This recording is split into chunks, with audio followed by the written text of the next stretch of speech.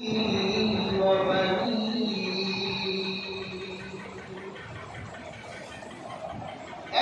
মানুষ তার সবচেয়ে কাছের পাঁচটা আত্মীয়, এই পাঁচ আত্মীয়র কাছে অন্য কোনো আত্মীয় হতে পারে না। এর মধ্যে একটা হলো ভাই বোন, উম্মিহি তার মা, ওয়া আবিহি তার বাবা, ওয়া সাহিবাতিহি তার বোন, ওয়া বানি তার সন্তান সন্ততি। এই যে পাঁচটা আত্মীয় হাসরের ময়দানে কঠিন বিভীষিকার দিন একজন মানুষের জীবনের এই সবচেয়ে কাছের পাঁচটা আত্মীয় একজন মানুষকে দেখলে পালাতে থাকবে।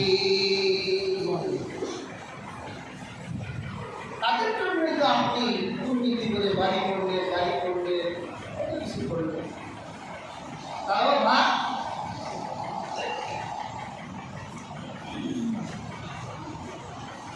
আর এই সম্পদ, দুর্নীতির সম্পদ, এটা কখনো যাবে না। কাফনের পকেট আছে,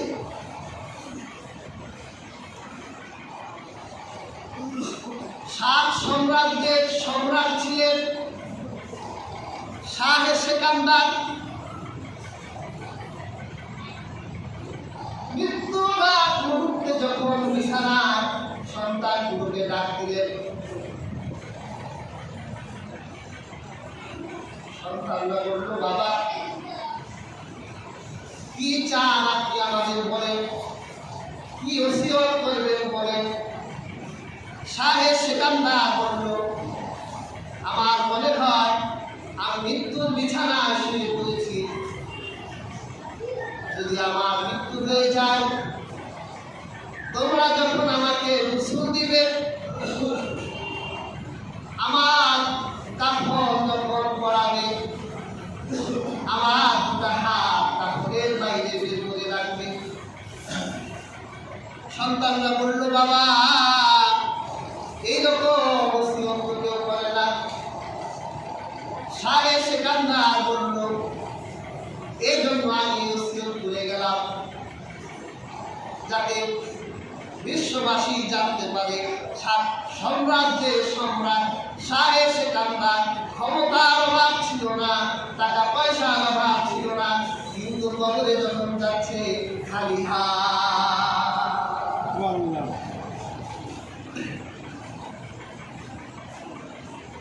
এত অর্থ বৃক্ষ বৈভব কিচ্ছু কবরে যাবে না। কাজে হাজিরি, দুর্নীতি সম্পদ তার জায়গায় ফিরে যাবে। যাদের সাথে দুর্নীতি করে গেলেন তাদের কষ্টগুলো কবরে আপনার নিয়ে চলে যাবে। তাদের অভিশাপ আপনাকে বলতে হবে, আপনার ছেলেও বলবে না, স্ত্রীও বলবে না, আপনার মেয়েও বলবে না। আপনার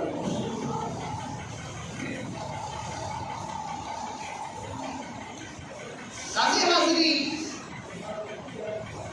দুর্নীতির মতো এই মহাজুলুম, এই জুলুম একটা পরিবার থেকে একটা রাষ্ট্রের ব্যাধি, এটা একটা রোগ। যারা দুর্নীতির এই ব্যাধিতে আক্রান্ত হয়ে যায়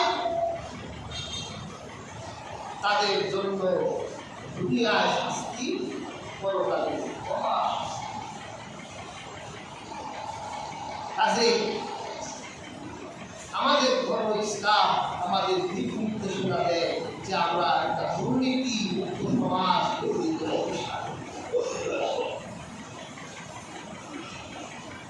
কিভাবে আমরা দুর্নীতি মুক্ত সমাজ গঠন করতে পারি সেই দিক নির্দেশনা আমাদের ধর্ম ইসলাম দিয়েছে। আজকে আমি খুব অসুস্থ, জ্বর এবং ঠান্ডা, সেজন্য স্বাভাবিকভাবে আমরা দুর্নীতি থেকে বাঁচতে চাইলে সবার আগেই আমাদের যে নীতিটা গ্রহণ করতে হবে তা হলো জবাবদিহিতার পর আমাদের হৃদয়ে জাগ্রত করা। আপনি যা করছেন এর জবাবদিহিতা আছে না? যখন মানুষগুলো হাসরের মাঠে আল্লাহ ইনসাফের আদালতের সামনে উঠবে, রাসূলুল্লাহ হাদিস পাকে বলেন সেদিন 4টি প্রশ্নের জবাব দেয়া ছাড়া কেউ এক কদম আগেও যেতে পারবে না, পিছেও যেতে পারবে না। আল্লাহ হাবিব বলেন 4 প্রশ্নের এক প্রশ্ন হবে, আল্লাহ পাক প্রশ্ন করবেন মালিহি তার সম্পর্কে, মিন আইনা ইকতাসাবা ওয়া ফিমা আনফাকা। আল্লাহ পাক বলবে সম্পদ কামাই করছো কিভাবে, খরচ করেছো কিভাবে। আপনি যদি বলেন আল্লাহ আমি বড় একজন সচিব ছিলাম, আমার কাছে যখন ফাইল আসতো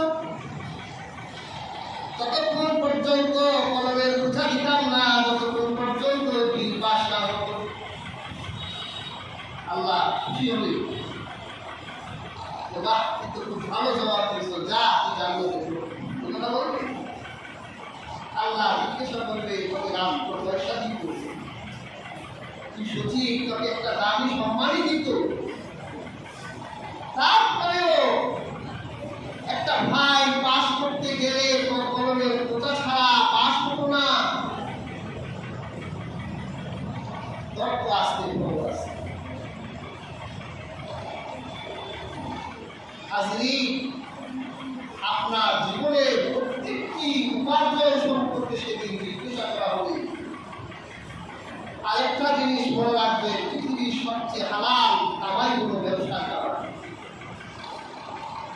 ব্যবসা যত ছোট হোক, যত বড় হয়, ব্যবসার পয়সা হলো পৃথিবীতে সবচেয়ে হালাল পয়সা।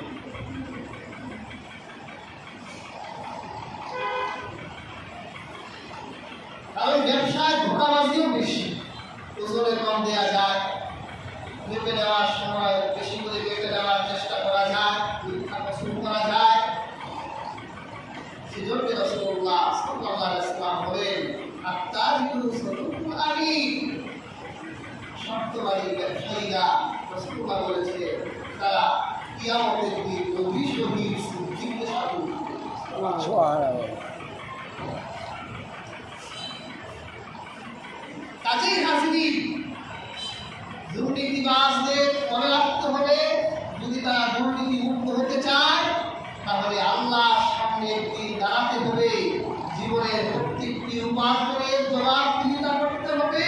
এই টেন্ডেন্সি যদি হৃদয়ে ধারণ করা যেতে পারে তাহলে সেই ব্যক্তি অবশ্যই দুর্নীতি মুক্ত হতে।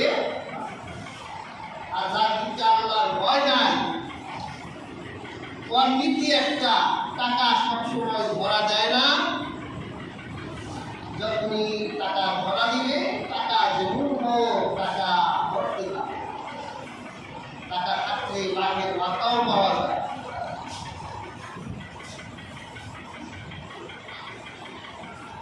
দুর্নীতি মুক্ত সমাজ এবং রাষ্ট্র প্রতিষ্ঠায়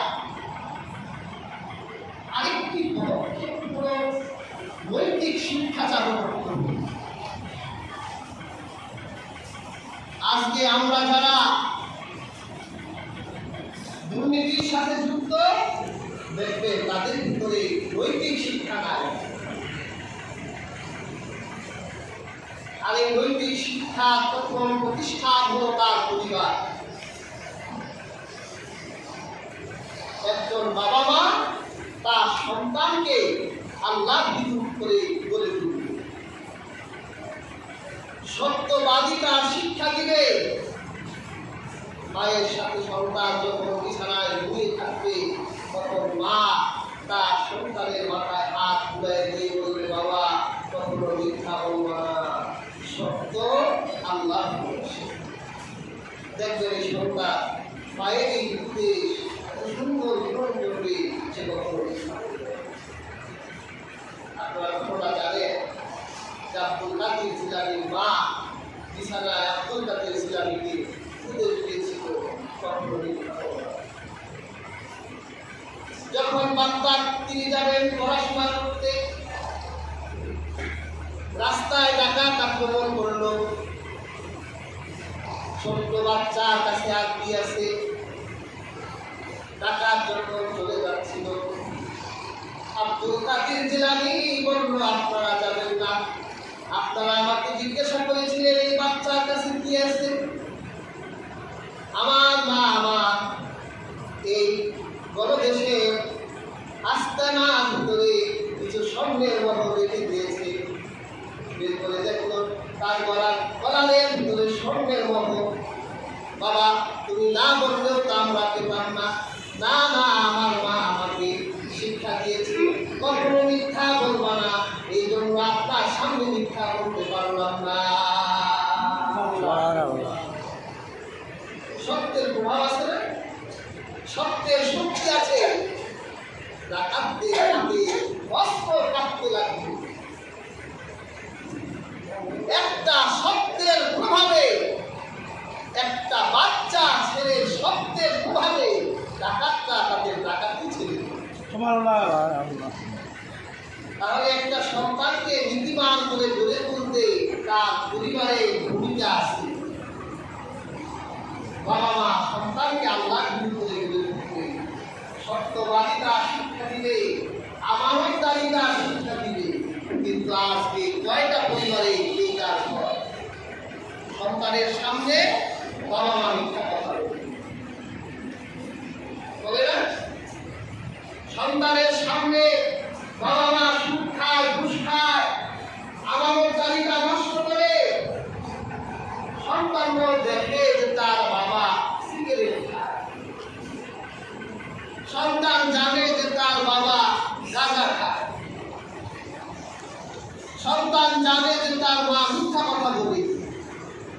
তখন পরিবারের কাছে এই সন্তানের এই মিথ্যা কথাটা তখন আর অপরাধ মনে হয় না। বাবা বলে মা বলে তা আমার কাছে সমস্যা নেই। সেজন্য আমি সবসময় বলি সন্তানের সামনে